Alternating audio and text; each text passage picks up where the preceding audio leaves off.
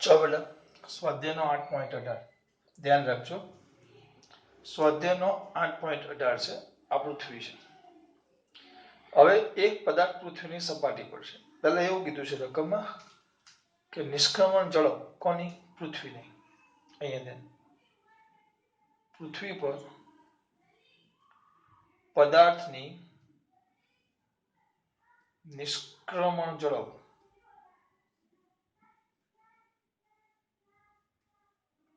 v e બરાબર આપેલી છે 11.2 કિમી પર સેકન્ડ. આપણે શોધેલી છે 11.2 કિમી પર સેકન્ડ. પછી પદાર્થ જ્યાં પદાર્થ છે પદાર્થની શરૂઆતની ઝડપ v1 એવું કીધું છે કે એની નિષ્ક્રમણ ઝડપ કરતા 3 ગણી છે, તો એ આવશે 3v. પદાર્થની અંતિમ ઝડપ v2 બરાબર અંતિમ ઝડપ v2 એ તમને શોધવાનું કીધું છે. અને એમ કીધું છે કે પદાર્થ અનંત અંતરે પહોંચી જાય છે. ક્યાં પહોંચે છે? અનંત અંતરે. આ ક્યાં છે? સપાટી પર. આ સપાટી પર છે અને ત્યાંથી આપણો પદાર્થ છે ને જે એ અનંત અંતરે પહોંચી જાય છે. તો તમને આ શોધવાનું કીધું છે.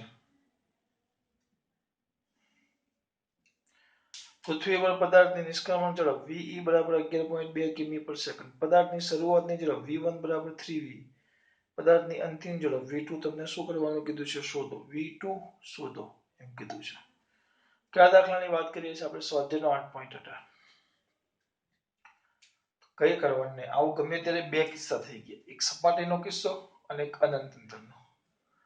તો ગમે ત્યારે આવા દાખલા આવે એટલે પહેલું આપણું કામ શું હોવું જોઈએ? આ સપાટી પરનો કિસ્સો અને અનંત અંતરનો. બધું બદલાય, ગતિ ઉર્જા બદલાય, સ્થિતિ ઉર્જા બદલાય, પણ એક વસ્તુ ન બદલાય, યાંત્રિક ઉર્જા. એટલે બંને બાજુના કિસ્સાની યાંત્રિક ઉર્જા બરાબર કરી શકાય. તો કેવી રીતે? જો પહેલા એમ લખવાનું, પૃથ્વીની સપાટી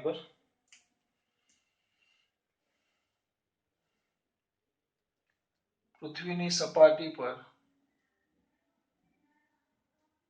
કુલ ઉર્જા નો લખવી તો સપાટી પર યાંત્રિક ઉર્જા. તો યાંત્રિક ઉર્જા એટલે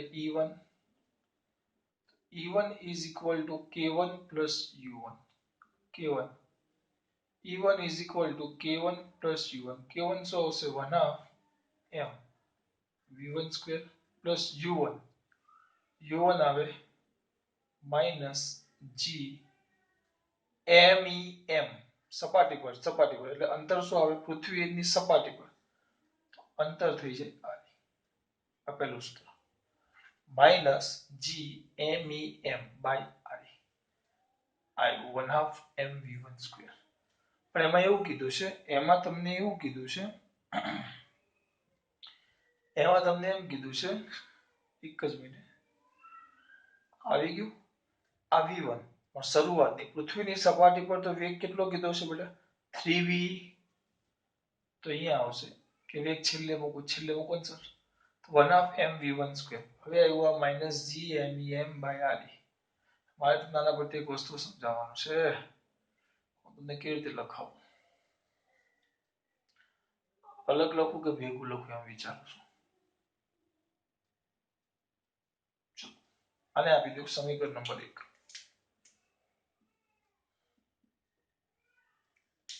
આને આપો સમીકરણ નંબર 1. પણ દીકરાઓને યાદ કરાવવું પડશે. આ જે છે આ GME by RE, પરંતુ નિષ્ક્રમણ ઝડપ યાદ કરો VE is equal to under root GME by R સૂત્ર હતું. અને પૃથ્વીની સપાટી પર આવે એટલે RE. સાથે હતું તું નિષ્ક્રમણ ઝડપ હોય તો, કક્ષીય ઝડપ હોય તો GME by RE જ હતું. નિષ્ક્રમણ ઝડપ હોય તો શું આવે? 2 GME by RE. 2 GME by RE. પરંતુ પદાર્થની નિષ્ક્રમણ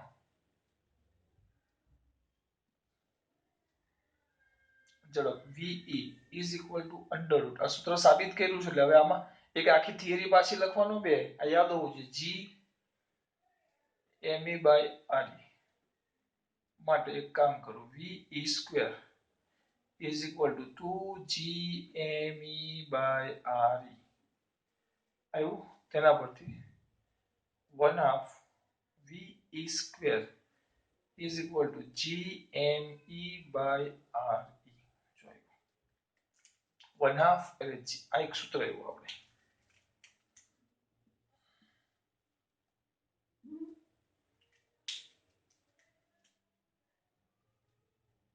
આવ્યું.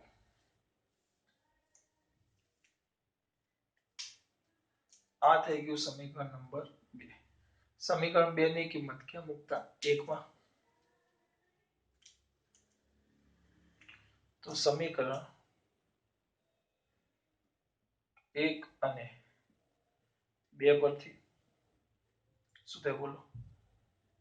E1 is equal to અહીંયા 1/2 MV1 સ્ક્વેર માઇનસ આના જગ્યાએ GME by RE GME by RE ની જગ્યાએ 1/2 V સ્ક્વેર 1/2 MV સ્ક્વેર જે થઈ ગયું તમારું સમીકરણ નંબર 3. કઈ નથી કર્યું બધાને V સ્વરૂપમાં લાવવાનો પ્રયત્ન કરીશ.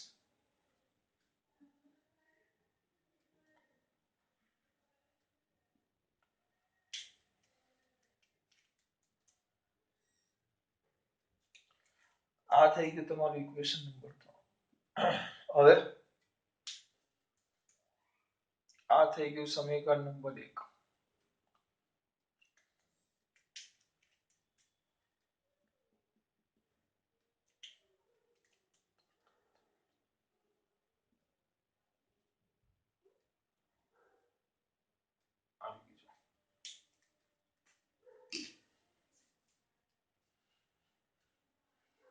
E1 is equal to 1/2 MV1 square minus GMEM by RE 1/2 MV1 square minus GMEM by RE. અને પરંતુ પદાર્થની નિષ્ક્રમણ ઝડપ એટલે આમાં એક કિંમત મૂકવાની છે. મારે બધું વેગ સ્વરૂપમાં કરવાનું છે. તો મેં કિંમત V બરાબર √2 GME by RE વર્ગ કરું તો 2 GME by RE આવ્યો. 2 આ બાજુ લાવો તો 1/2 V square is equal to GME by RE તો GME by RE બરાબર 1/2 M V square. આ સમીકરણ તો જે આ તો આપણે સપાટી પર શોધ્યું. હવે પદાર્થને ક્યાં ખૂબ જ દૂર એટલે ક્યાં મૂકી દીધો હવે અનંત અંતરે. તો બીજો કિસ્સો કયા અંતરે અનંત અંતરે તો ક્યાં બેટા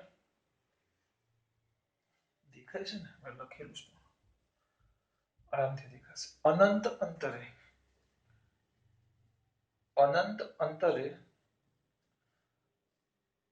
અંતરે પદાર્થની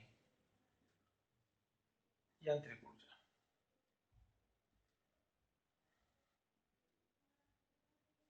અનંત અંતરે પદાર્થની કઈ ઉર્જા યાંત્રિક ઉર્જા.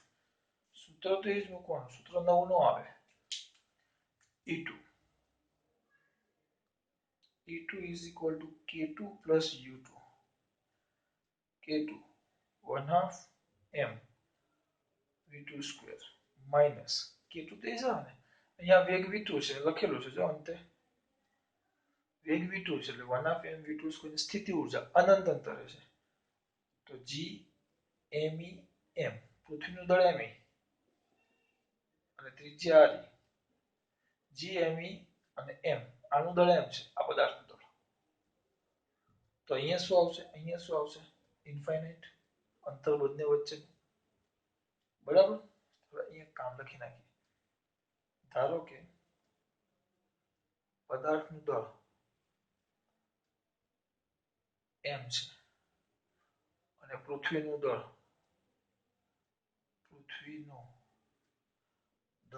ME અને ત્રિજ્યા RE છે.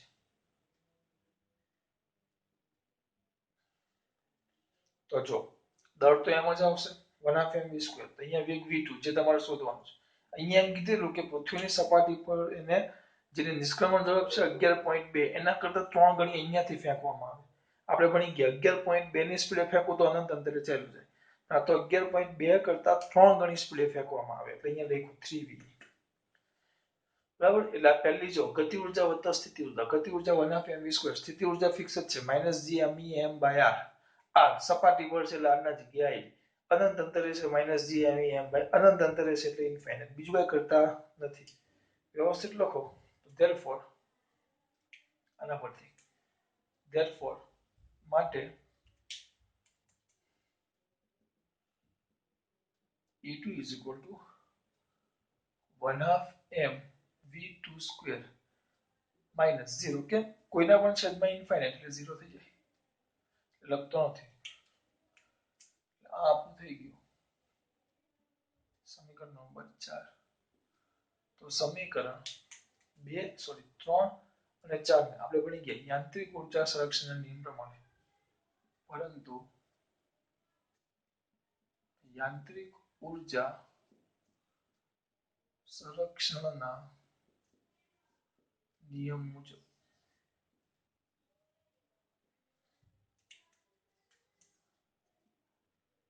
શરૂઆતની યાંત્રિક ઊર્જા બરાબર અંતિમ યાંત્રિક ઊર્જા E1 બરાબર E2.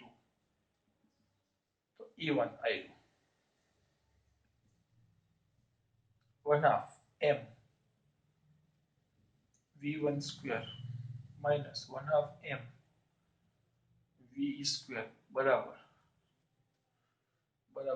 આવ્યું E2 તો આયેલા 1/2 m v2 square 1/2 m ઉડી ગયા તો v2 square જે તમારે શોધવાના છે આયેલા બરાબર આ v1 square v1 તો કેટલા છે 3v તો v1 square તો 9ve square minus v square માટે 8v square માટે v2 is equal to under root 8v તો under root 8 ગુણ્યા 11.2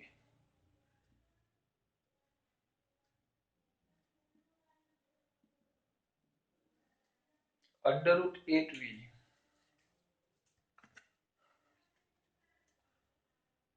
વર્ગમૂળમાં 8 નું વર્ગમૂળ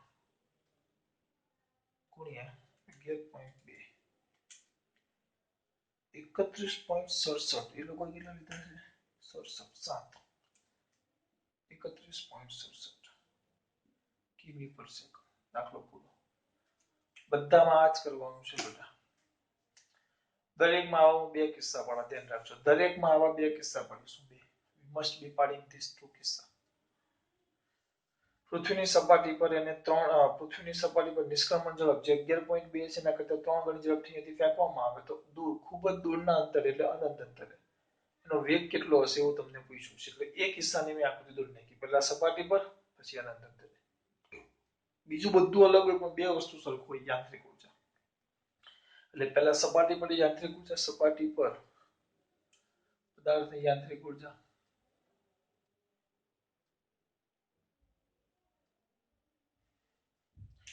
તો પૃથ્વી પર પદાર્થની નિષ્ક્રમણ ઝડપ v બરાબર 11 આ બધું આવી ગયું બરાબર. સપાટી પર એટલે E1 is equal to k1 plus v1 u1 k1 એટલે 1/2 m v1 square અને u1 એટલે સપાટી પર તો minus gme m by re અને આની gme by re ના જગ્યાએ આવશે 1/2 v square મૂકી દીધું. આ ગતિ ઊર્જા વત્તા સ્થિતિ ઊર્જા અનંત અંતર લીધું 1/2 m v square 1/2 m v2 square minus gmem by infinite અનંત અંતર એટલે 0. E1 બરાબર E2 કારણ કે આ તો સરખી જ હોય વાર્તા પૂરી. ખાસ વાત